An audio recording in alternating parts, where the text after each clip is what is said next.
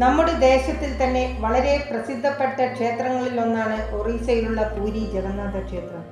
പൂരി ജഗന്നാഥ ക്ഷേത്രത്തിൽ ദർശനത്തിനു മുൻപ് ആചരിക്കേണ്ട നിയമങ്ങൾ ഏതൊക്കെയാണ്? ജഗന്നാഥ സ്വാമിയെ തൊഴുകുന്നതിനു മുൻപ് ക്ഷേത്രത്തിന്റെ ചുറ്റുമുള്ള 6 ഉപാലയങ്ങൾ തൊഴുകണം.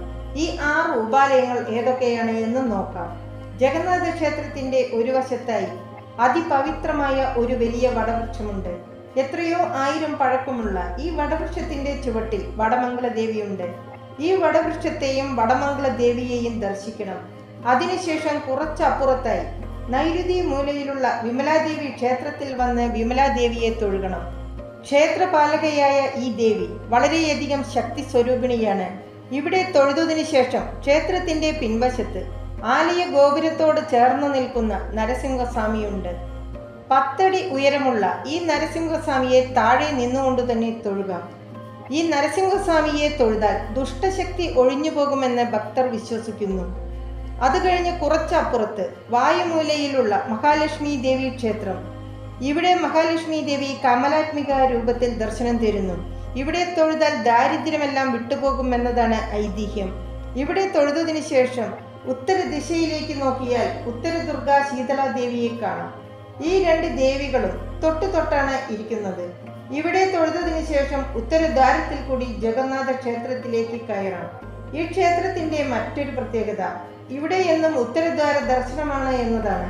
ക്ഷേത്രത്തിന്റെ ഉള്ളിൽ കയറിയ ഉടനെ അവിടെ ഗരുഡധ്വജം കാണാം. വളരെയധികം ശക്തിയുള്ള ഈ ഗരുഡധ്വജത്തെ കെട്ടിപ്പിടിച്ച് തൊഴുകുന്നത് കാണുവാൻ സാധിക്കും. ഈ ഗരുഡധ്വജത്തെ തൊഴുതതിനു ശേഷം ജഗന്നാഥ സ്വാമിയെ ദർശിക്കാം.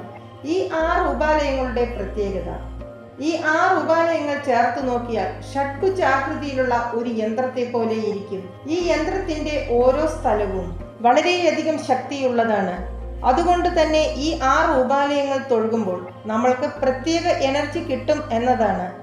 ഈ 6 ഉപാലയങ്ങളുടെ നടുവിലാണ് ജഗന്നാഥ ക്ഷേത്രം.